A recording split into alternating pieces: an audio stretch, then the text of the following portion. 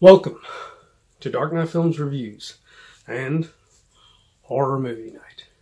Tonight, I will be reviewing Maniac Cop 3, Badge of Silence, released in 1992. Maniac Cop 3, Badge of Silence stars Robert Davi, Robert Zadar, Caitlin Dulany, Gretchen Becker, Paul Gleason, Jackie Earle Haley, Julius Harris, Grand L. Bush, Doug Savant, Robert Forster, Bobby Cicco, and Frank Pesce. Maniac Cop 3, Badge of Silence was directed by William Lustig. Now, this final film in the Maniac Cop series unfortunately suffers from interference from both the producer, Joel Sassone, and the overseas distributor. When Larry Cohen wrote the script for this one, he wrote it to be basically another of his great scripts that he had written for Maniac Cop 2, and now Maniac Cop 3. It was to have followed a new detective, a black detective, which I assume they were originally wanting to cast Grand L. Bush in this role, as they already had some of the casting ready to go for this thing. It was supposed to have followed this detective as he investigated a rash of murders at a hospital.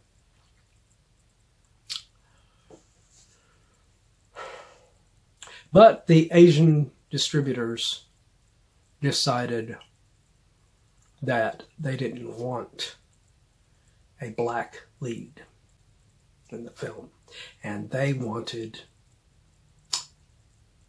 Robert Davi to be brought back to reprise his role as Lieutenant Sean McKinney.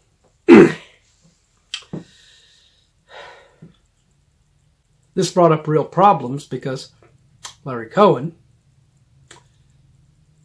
understandably, didn't want to rewrite the script, especially not if he wasn't going to be paid for it. William Lustig was caught between a rock and a hard place in this because he wanted to make the film, but he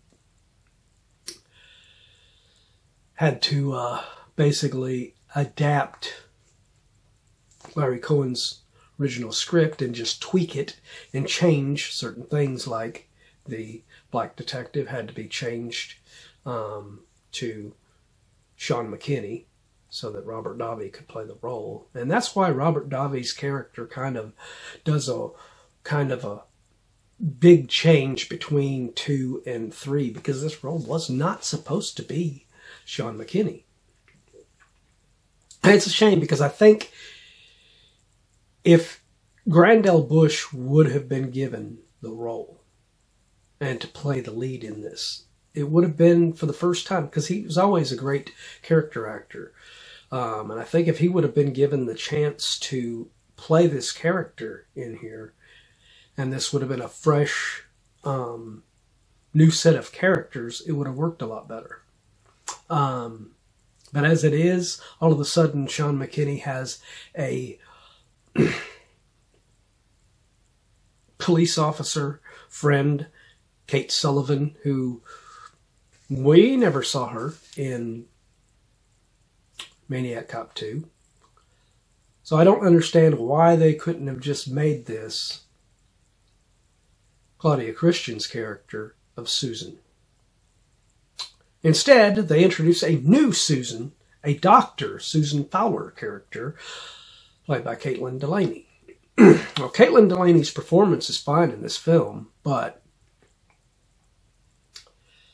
it is very apparent that William Lustig shot as much as he could, as he said in interviews.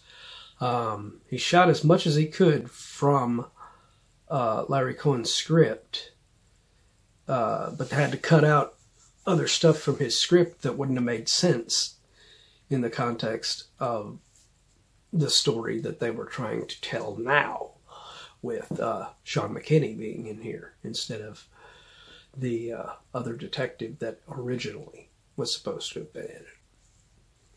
Grandel Bush is still in the film, but he's playing a character named William. And apart from Robert Zadar as Matt Cordell, Caitlin Dulany, as I said, as Susan Fowler, and for brief moments when she's in, Gretchen Becker as Kate Sullivan, the majority of this cast, even though it is a great group of awesome actors in here, with Paul Gleason, Jackie Earle Haley, Julius Harris, Doug Savant, Robert Forster, Bobby DeCicco, and Frank Pesce. They are all written to be the most unlikable, shitty, asshole characters that you have ever seen in any film in your life. So that whenever it comes to the time when Robert Zadar, his Matt Cordell, is offing these characters, you're rooting for him. And that is not what Maniac Cop is all about. The first Maniac Cop movie, Matt Cordell was killing innocent people. Innocent people. These people did nothing wrong. They were not assholes. They were not douchebags. The only person he killed in Maniac Cop that you might say deserved it was the commissioner.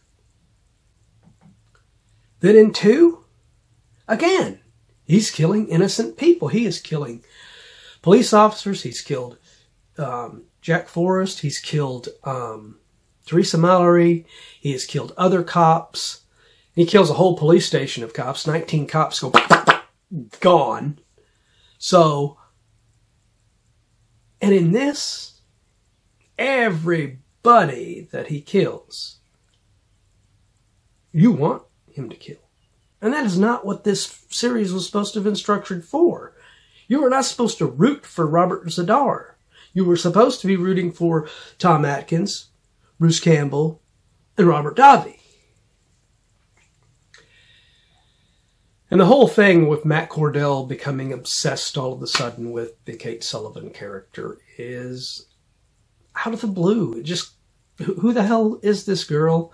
Where has she come from? Why in the hell is McKinney, his, like kid sister to him? We didn't see her in part 2. So I think this character should have been, like I said, this should have been Susan from part 2. Claudia Christian, reprising her role, bring her back, have her playing, and she's back out on active duty. She's already met Matt Cordell.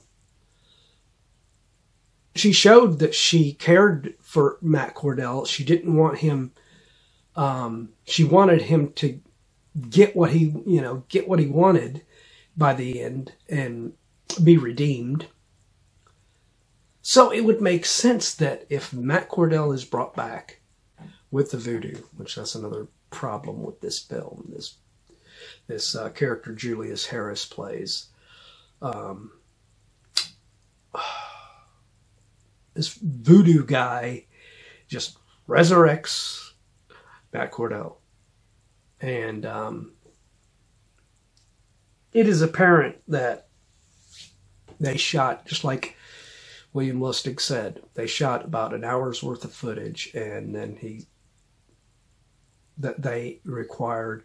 The producer, Joel Sassone, was like, oh, now you have to go back and start shooting some new stuff. Add some filler in there. We got to have a full runtime. And that's when William Lustig just quit. He said, fuck this, I'm not doing this. And I can't blame him. So Larry Cohen was out. He quit when they would not pay him to rewrite the script. And William Lustig eventually quit. So Joel Sassoon came in and shot the additional scenes, and to fill in even more runtime that they needed, they decided to just throw in random shots from Maniac Cop 2 in here. Like, we're not going to notice that these shots are from freaking Maniac Cop 2. And it really is a shame. Paul Gleason is a good actor, and yet he is given a shitty character with this Hank Cooney character that is just a complete sleazy douchebag. Jackie Earle Haley, I could see his character being a complete asshole, because he is the guy that kills Kate Sullivan and everything, and everything.